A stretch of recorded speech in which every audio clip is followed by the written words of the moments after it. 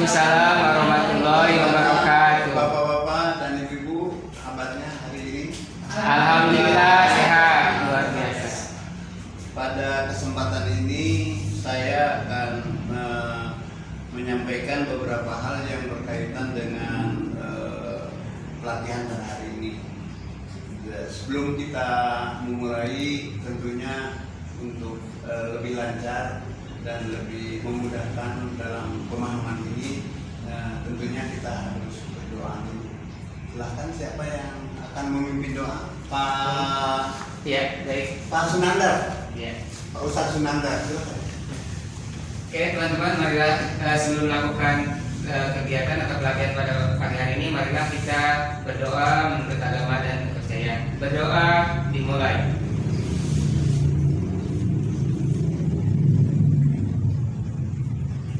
Doa selesai. Sebelum kita melanjutkan ke materi, tentunya kita harus mencairkan dulu suasana dengan mencairkan otaknya supaya tidak dan lebih konsentrasi di dalam pembelajaran. Tentunya kita harus mengadakan ice breaking. Ice breaking itu sebenarnya mencairkan suasana. Siapa yang bisa memimpin ice breaking? Boleh. Ya, teman-teman, breakingnya yang simple aja, yang mudah. Yang pertama nanti saya akan panggil, saya akan ucapkan sekolah penggerak. Nah, Bapak Ibu bilang hebat. Pertama ke kanan, nanti yang kedua hebat ke kiri. Ya, lepaskan ya, biar lepas. Jadi hebat. Ya. Yang kedua, ketika saya panggil guru penggerak, Ibu Bapak bilang hebat. Ke depan 2 kali juga ya. Luar biasa. Luar biasa.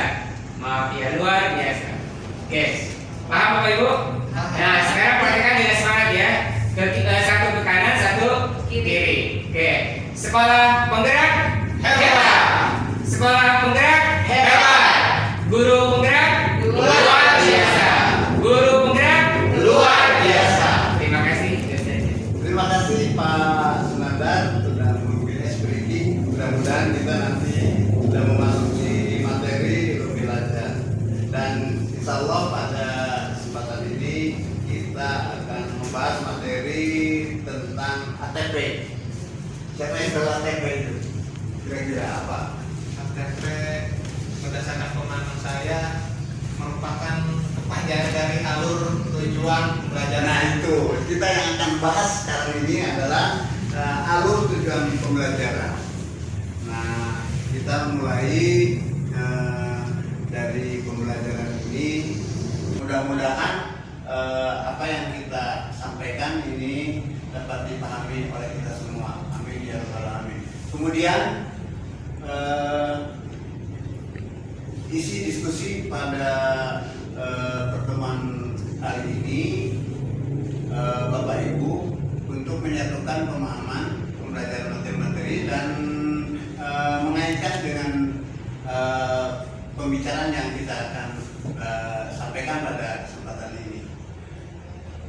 Kemudian insya Allah nanti masuk ke dalam materi konsep alur pembelajaran, dan kita bisa lihat pada tampilan pertama materi yang kita sajikan ini mulai dari perangkat pembelajaran. Jadi pada modul ini Bapak Ibu akan belajar tentang perangkat pembelajaran, tapi lebih khusus lagi nanti di perangkat pembelajaran kita akan menjelaskan tentang alur pembelajaran. Jadi menjelaskan konsep, komponen, prinsip dan prosedur penyusunan alur pembelajaran. Siapa yang tahu tentang alur tujuan pembelajaran? Silakan Bu Is. Ya, silakan Bu Izin Is. mengungkapkan pendapat. Menurut saya alur tujuan pembelajaran adalah rangkaian tujuan pembelajaran yang tersusun secara sistematis dan logis di dalam fase secara utuh dan menurut urutan pembelajaran sejak awal hingga akhir suatu fase. Ya, bagus sekali. Dan memang itu lengkap sekali ya. Ya, terima kasih. Kemudian Bapak Ibu, selanjutnya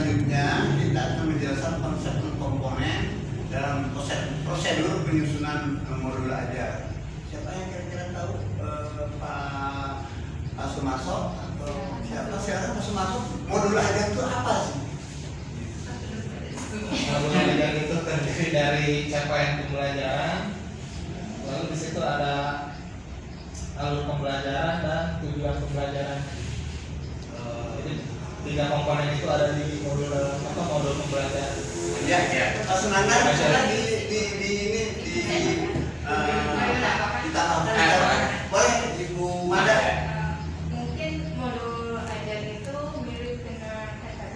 Iya ya Pak? Iya, betul. Seperti RPP tapi tidak lebih lengkap lagi dari RPP. Ya. Itu betul. Jadi sebenarnya modul ajar itu sinonim dari RPP, tapi RPP adalah untuk 2013. Tapi untuk kurikulum yang sekarang PSP itu kita menggunakan istilah modul ajar. Kalau RPP hanya memuat ya 1-2 pembahasan, tetapi kalau modul ajar itu merupakan seperangkat gitu, artinya Satu satu materi utuh, ya berbagai materi secara utuh di dalam fase tertentu gitu.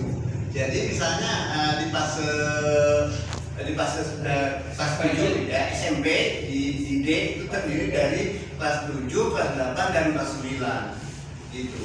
Dan kemudian yang terakhir kita akan mencoba buku teks modul ajar ya. Kemudian itu mungkin hal-hal yang bisa disampaikan. Kemudian ini masih dalam pengantar kira-kira karena memang berkaitan sekali bahwa tujuan dari kurikulum ini adalah berfokus pada siswa. Tentunya siswa yang kita sebut dengan siswa yang memiliki profil Pancasila. Nah, tentu saja kita sebagai guru kita harus tahu dulu profil pelajar Pancasila ini terdiri. Siapa yang tahu? Ibu Is. Ya, silakan. Ada berapa? Ada 6. Kalau nggak salah ya teman-teman. Yang pertama ada beriman, bertakwa kepada Tuhan Yang Maha Esa dan berakhlak mulia. Ya. Kemudian mandiri, bernalar kritis, kreatif, bergotong royong dan berkebinekaan global. Ya, terima kasih. Dan itu memang kita lebih fokus lagi ya. Nanti siswa kita sudah mengarah ke sana nanti. Jadi ada istilah fulfill centris atau student centris. Jadi berfokus pada siswa. Jadi perbedaan pengajaran dengan pembelajaran itu. Kalau pengajaran berpusat pada guru, kalau pembelajaran berpusat pada siswa. Tentunya kurikulum ini nanti berpusat pada siswa. Ya, yang paling penting adalah siswa. Nah, ini yang kita akan pelajari pada kesempatan ini, alur tujuan pembelajaran. Alur tujuan pembelajaran ini kita agendakan hari ini atau pertemuan ini dengan sesi konsep alur tujuan pembelajaran, konsep tujuan pembelajaran, prinsip penyusunan alur tujuan pembelajaran, dan prosedur penyusunan tujuan pembelajaran. Saat ini konsep alur tujuan pembelajaran yang kita akan pelajari. Jadi secara umum ada 2 langkah besar dalam penyusunan perangkat ajar untuk suatu mata pelajaran. Kalau capaian pembelajaran ini disediakan oleh pemerintah, artinya nanti akan disuplai oleh pemerintah. Seperti mungkin ada KDKI sudah dari sana, dari pemerintah, dari Kemendiknas.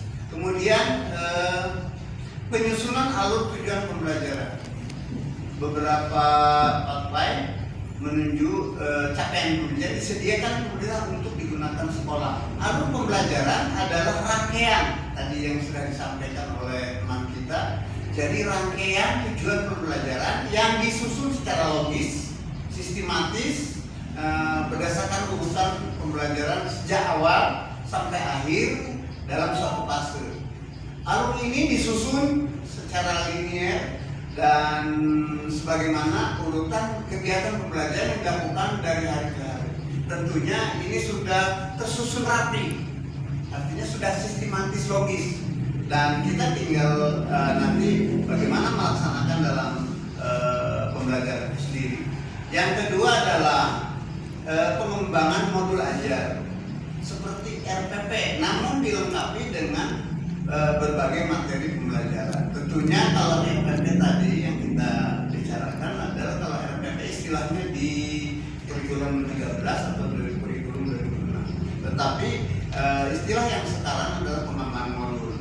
Bedanya seperti RPP namun dilengkapi dengan berbagai materi. Jadi kalau modul ajar ini terdiri atas beberapa materi pembelajaran, lembar aktivitas siswa, dan asesmen untuk mengecek apa tujuan pembelajaran yang dicapai oleh siswa. Itu modul pembelajaran. Jadi sebenarnya hanya ini dilakukan oleh guru untuk juga pedoman.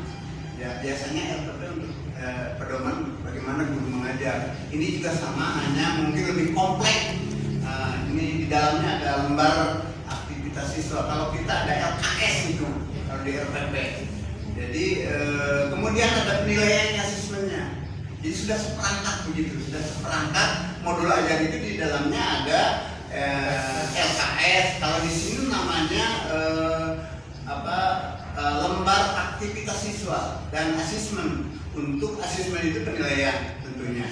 Jadi untuk mengecek apakah tujuan pembelajaran ini dicapai atau tidak. Jadi untuk mengukur, mungkin ini mengukurnya satu fase sekaligus begitu. Dan kita coba nanti karena memang kita belum melaksanakan semua, jadi nanti kita tunggu saja bagaimana pembelajaran ini dilakukan. Tapi secara teoritis kita sudah memahami, tinggal prakteknya nanti. Perangkat ajar diharapkan membantu guru mengajar untuk menggunakan metode yang terdiferensiasi, jadi bermacam-macam, jadi bervariasi. Jadi nanti Bapak Ibu di dalam mengajar menggunakan beberapa metode sekaligus. Mungkin ada metode yang digabungkan. Mungkin saja kalau dulu ada metode ceramah, tanya jawab, dan demonstrasi, ini mungkin disatukan, jadi disesuaikan dengan materi ajar. Tentunya ini menjadikan pedoman kita untuk bagaimana pembelajaran ini dilaksanakan. Dari pembelajaran sebelumnya, apakah yang menjadi pengertian dari istilah di bawah ini? Kira-kira ada yang tahu tentang capaian pembelajaran? CP kalau istilah sekarang. Dikira saya itu bukan apa ya, CP itu capaian pembelajaran. Mungkin ada yang tahu, Pak Sumarso? Ya, Mas Marco. Ya, silakan. Ya, capaian pembelajaran itu ya itu jadi tujuan yang kompetensi yang diharapkan di akhir fase itu tercapai itu dari pembelajaran. Ya, betul. Jadi sebenarnya capaian atau target kompetensi yang harus dicapai oleh siswa. Jadi bagaimana nih, sudah mempelajari ini, sudah paham atau tidak nanti? Dan tadi itu untuk mengeceknya itu ada asesmen. Tentunya hasilnya mungkin kalau setiap pertemuan ada asesmen. Sebab ada perbedaan di PSP ini dengan pembelajaran biasa, kurikulum yang biasa kita lakukan. Kalau PSP ya, yang program sekolah penggerak itu harus tes diagnostik dulu atau asesmen diagnostik. Artinya kita sebelum mengajar mengecek dulu nih, artinya melihat dulu kemampuan anak, baru dilakukan pembelajaran dengan fase tadi. Kemudian di dalamnya ada tes juga yang kita sebut tes formatif dan sumatif. Tentu saja kemarin menjadi perdebatan mana yang lebih banyak soalnya tes formatif atau tes sumatif? Formatif. Kenapa? Apa alasannya Pak Sumanto? Tes formatif itu dilaksanakannya di setiap pembelajaran, tidak hanya di akhir. Kalau sumatif kan dilaksanakannya misalkan seperti contoh penilaian tengah semester, terus penilaian akhir semester. Ya. Jadi kalau tes formatif istilahnya di tiap pembelajaran dilakukan penilaian. Ya, terima kasih. Itu memang yang diharapkan tentu pemahaman kita sudah mengerucut sekarang. Artinya sudah ada titik terang. Jadi sebenarnya betul sekali kalau tes formatif setiap akhir pembelajaran soal-soal. Makanya penilaian bukan di akhir saja, dalam proses tentunya. Dalam proses pembelajaran itu sudah berlaku, sudah dilakukan tes formatif, sehingga ada beberapa tes formatif kalau disatukan itu terlalu banyak itu. Kita kan mungkin habis satu pembelajaran gitu kan. Jadi itu mungkin saja dalam 1-2 bulan itu ada beberapa kali tes formatif. Tentu saja kalau tes sumatif itu hanya 1 kali di akhir. Itu pun di akhir semester. Itu tidak sebanyak apa yang dilakukan pada tes formatif. Kemudian alur pembelajaran tadi sudah dijawab, tujuan pembelajaran. Nah, ini tujuan pembelajaran yang belum ini. Pak Sunandar, silakan. Tujuan pembelajaran. Terima kasih teman-teman waktunya. Jadi tujuan pembelajaran menurut pemahaman saya yaitu rangkaian kegiatan tujuan pembelajaran, rangkaian kegiatan tujuan itu alur tujuan pembelajaran. Untuk tujuan pembelajaran kompetensi yang harus dicapai oleh siswa. Ya. Tujuan pembelajaran. Kompetensi yang harus dicapai oleh siswa itu. Jadi itu tujuan pembelajaran. Jadi kita nanti akan kita lakukan pembelajaran itu dengan tujuan pembelajaran dan nanti mengukur capaian kompetensi yang akan dicapai oleh siswa. Kemudian kita lanjutkan konsep alur tujuan pembelajaran, capaian pembelajaran dan alur pembelajaran. Nah, ini juga dijelaskan di sini bahwa capaian pembelajaran adalah kompetensi yang diharapkan dapat dicapai oleh siswa di akhir fase.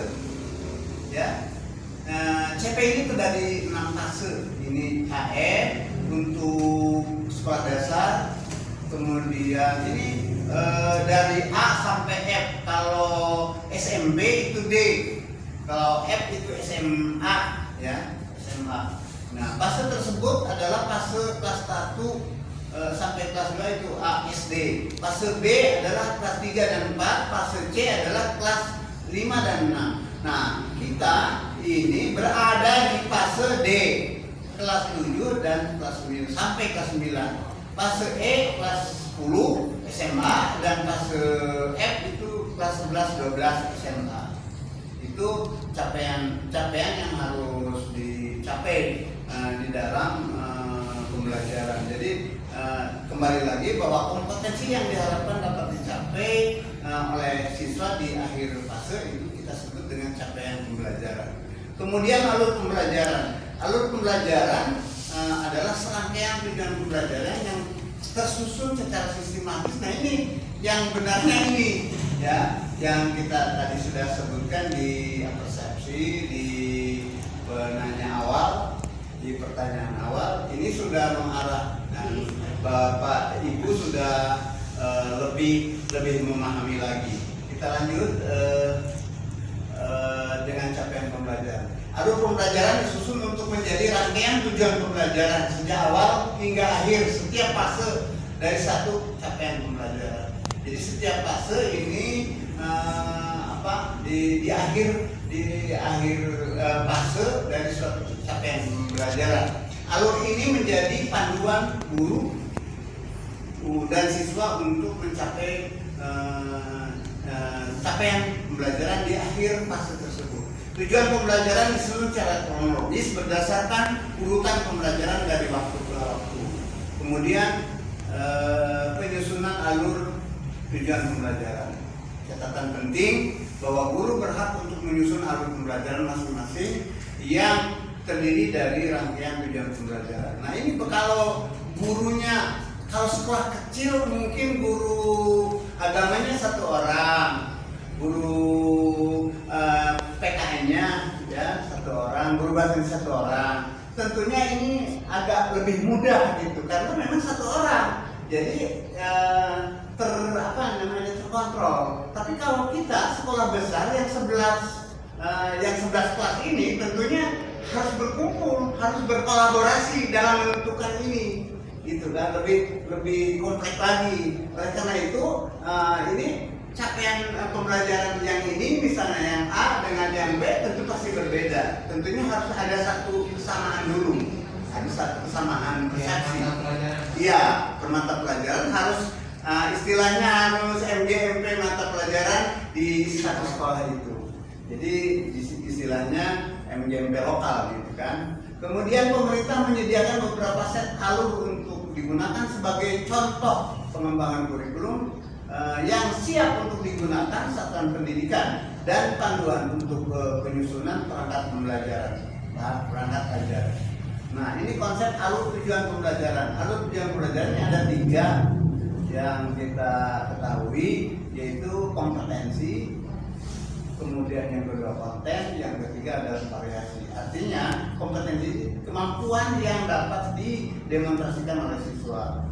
Kemudian konten adalah isi atau materi utama atau konsep utama yang perlu dipahami dan di akhir 1 unit pembelajaran. Tentunya guru kalau mau mengajar ini harus tahu kontennya dulu, gurunya juga ada.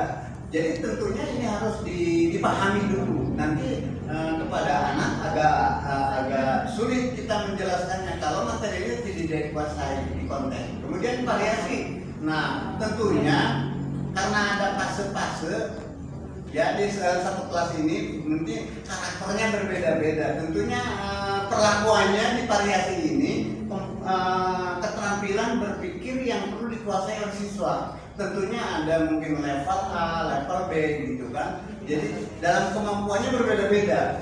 Makanya kita sebut tadi berdiferensiasi bermacam-macam. Gitu. Kemudian fase A dimulai dari kelas 1 ini sudah ini contoh saja. Kemudian contoh alur pembelajaran ini sudah dijelaskan. Bapak-bapak dan ibu yang saya hormati, sebelum mengakhiri kegiatan pelatihan ini, mungkin ada yang akan bertanya dan akan menambahkan. Silakan. Sudah. Cukup Pak. Terima kasih. Ya, terima kasih. Saya mengucapkan terima kasih dan akan menyampaikan bahwa tujuan alur pembelajaran adalah serangkaian tujuan pembelajaran yang tersusun secara sistematis dan logis di dalam fase secara utuh dan menurut urutan pembelajaran sejak awal hingga akhir dalam suatu fase. Itu mungkin yang bisa saya sampaikan dan saya mohon maaf apabila ada hal-hal yang kurang berkenan. Kita akhiri dan sebelum kita mengakhiri kegiatan ini kita membaca doa dengan mengucapkan hamdalah.